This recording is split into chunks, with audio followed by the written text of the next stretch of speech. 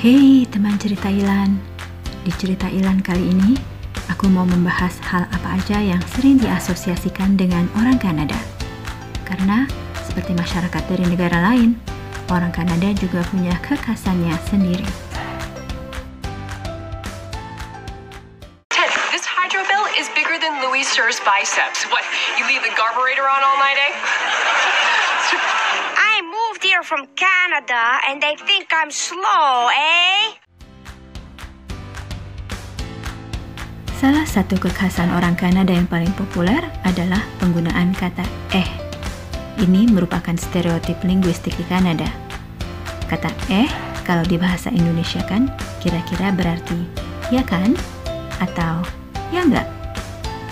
Contohnya nih, "It was a good movie, eh?"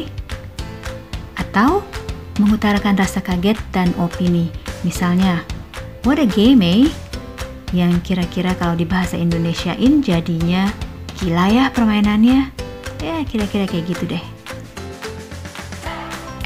Sering ada di kaos, topi, dan merchandise lainnya. Untuk orang dari luar Kanada, hal ini mungkin membingungkan. Apa maksud ini? Sekarang, kalian jadi tahu apa maksudnya.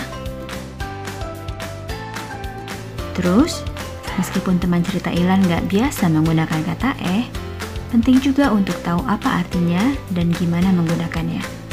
Terutama karena aku tahu banyak teman cerita Ilan di Indonesia yang mengajar bahasa Inggris di sekolah. Ya kan? Siapa tahu suatu hari kalian pengen coba-coba pakai bahasa Inggris yang bergaya Kanada. You can give it a try, eh? Mungkin sebagian besar orang dari Asia mengira orang-orang bule di negara-negara barat ini seperti bule-bule di film yang nggak punya tata krama, nggak punya sopan santun. Padahal, asumsi tentang bule pada umumnya salah. Bule-bule nih, terutama dalam hal ini aku berbicara tentang orang Kanada ya, sebenarnya sopan santunnya tinggi dan mereka nggak seenaknya berbicara. Yang jelas, sopan santun adalah hal yang seharusnya wajar dimanapun kita berada dan dengan siapapun tanpa memandang usia, gender, atau pekerjaan. Orang-orang Kanada juga biasanya kalau berbicara cenderung lembut dan nadanya nggak tinggi. Terus, kalau di sini tuh menyela orang ketika lagi berbicara dianggap rude, nggak sopan. Orang Kanada juga kalau dengan orang tua menaruh hormat yang tinggi. Walau di sini nggak ada panggilan ibu atau bapak, tapi kesopanan dilihat secara sikap tubuh dan cara berbicara kita. Nggak menanyakan hal-hal yang bersifat personal seperti agama dan umur juga merupakan bentuk kesopanan dalam bersosialisasi di Kanada. Someone wants to get into university. Hey guys, I'm sorry. Nyambung sama topik sopan santun sebelumnya, mengucapkan maaf di Kanada sudah dianggap sebagai salah satu bentuk kesopanan refleksif. Kesopanan refleksif tuh misalnya kalau kita mau masuk lift nih, nah di saat bersamaan ada orang yang mau keluar lift, dua-duanya akan bilang sorry, padahal nggak ada yang melakukan kesalahan.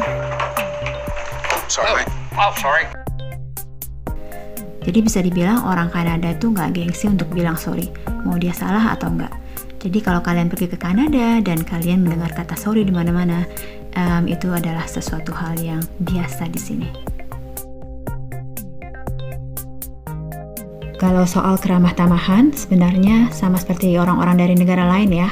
Tapi memang dibanding negara tetangga, orang Kanada tingkat keramahannya lebih dikenal. Biasanya wisatawanlah yang memberikan testimoni bahwa orang Kanada sangat ramah. Bercakap-cakap dengan orang asing juga bukan hal yang aneh. Walaupun kita tetap harus waspada ya. Dan mereka juga nggak segan-segan menolong kalau kita mendapat kesulitan. Oh, hey there. You having some car troubles, eh?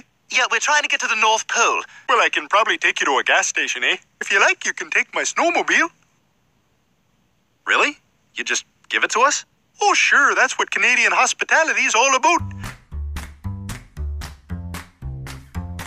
Sebagai salah satu negara yang diminati imigran, kultur di Kanada beraneka ragam.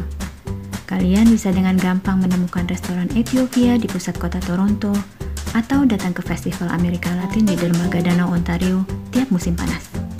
Penduduk dunia dari berbagai negara, ras, dan agama berkumpul di sini. Masyarakat Kanada sudah biasa melihat perempuan memakai hijab atau melihat para Sikhs dari India lalu lalang di jalan dan di perkantoran. Gak usah bingung kalau suatu hari nanti kalian ketemu orang non-bule yang bilang dia adalah orang Kanada, karena bisa jadi kakek neneknya atau orang tuanya bermigrasi ke sini. Juga, gak usah malu dan takut menggunakan bahasa Inggris di negeri ini. Kalau bahasa Inggris kalian terbata-bata, orang-orang Kanada akan menunggu kalian menyelesaikan kalimat dengan sabar.